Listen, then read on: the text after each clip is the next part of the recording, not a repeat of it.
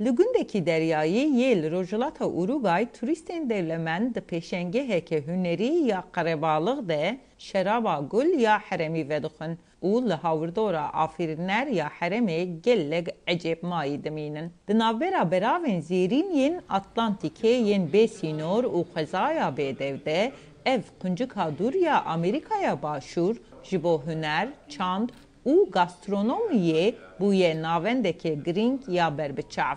Li vê xwezaya rengîn Müzexaneya Hunera hevdem ya pêşeng ya Uruguayê, galerî, festîvalên film û wênekeşiyê hene. û gundê Jose Ignacio mazûvaniya dehan ya pêşengeha hunerî ya navneteviyî ya esteartê dike. Berpirsa hunerê ya Uruguayê Laura Bardier radigihîne ku di destpêkê de piraniya kesan bawer nekirine ku wê bi serketî bin.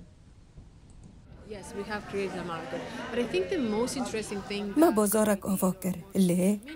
يا هر جرنك ما تجهشتنك جهارت باور يوان چنابي ماجد قد أم جهنا دينوان و أم سيستما كي دينين بقيتا كار كرن Li yek ji piçûktirin welatên Amerîkaya Başûr li Uruguay ji mirovan 3 qat zêde mangê hene.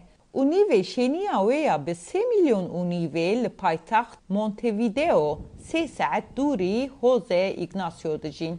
Lê dîsa jî esteartê her sal mazûvaniya bi hizaran mêvanan dike ku di nav de kesên pir dewlemend û berhevkarên hunerî yên mezin hene. Berhemên hunerî ji $300 heya $2.5 milyon têne firotin. Lê di van salên dawî de kesên ku li jiyaneke ji çavan dûr sade lê bi kêfxweşî digerin berê xwe didin gundên dûrdest yên li Rojhilat.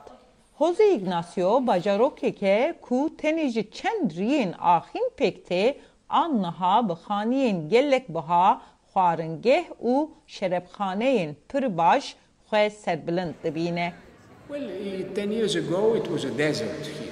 Mirovên ku dihatin seredana hevalên xwe dipirsîn, em dikarin çi bixwin, kîjan cîhan bibînin. Diçûn behrê şerabxaneyan yan jî li nava xwezayê digeran. Lê diwarê hunerî da wek colebaniyeka rastîn bû.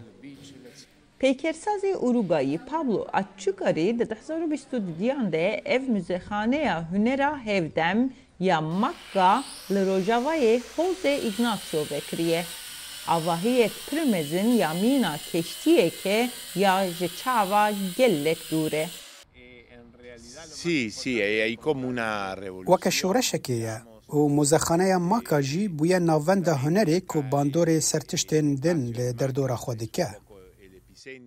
Hunermendên din jî balê dikşînin ser enerjiya heremê ya ilhamdar. جه وروني چنابي و بيدنگ بي لي لغوري من افهرما جبو افراندنا جهاكي بهم بايا Lêhin kesên mîna berhevkarê hunerê yê Avusturyayî Robert Kofler xembarin ku kompanyên avahîsaz wê bihûş tawan Jose Ignacio wêran bikin. Kofler dibêje ku dijî hewlên avakirina klab û avahiyên bilind yên berderyayê ew bi berdewamî têkoşîna xwe didomîne.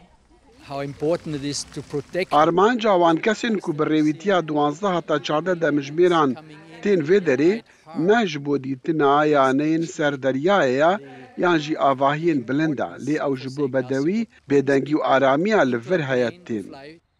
Kofler her wiha destnîşan dike ku mirov tên vir ku ji tiştên wek li Saint-Tropez, Monaco yan Malibu dûr bikevin û loma jî parastina Jose Ignacio pir giring e.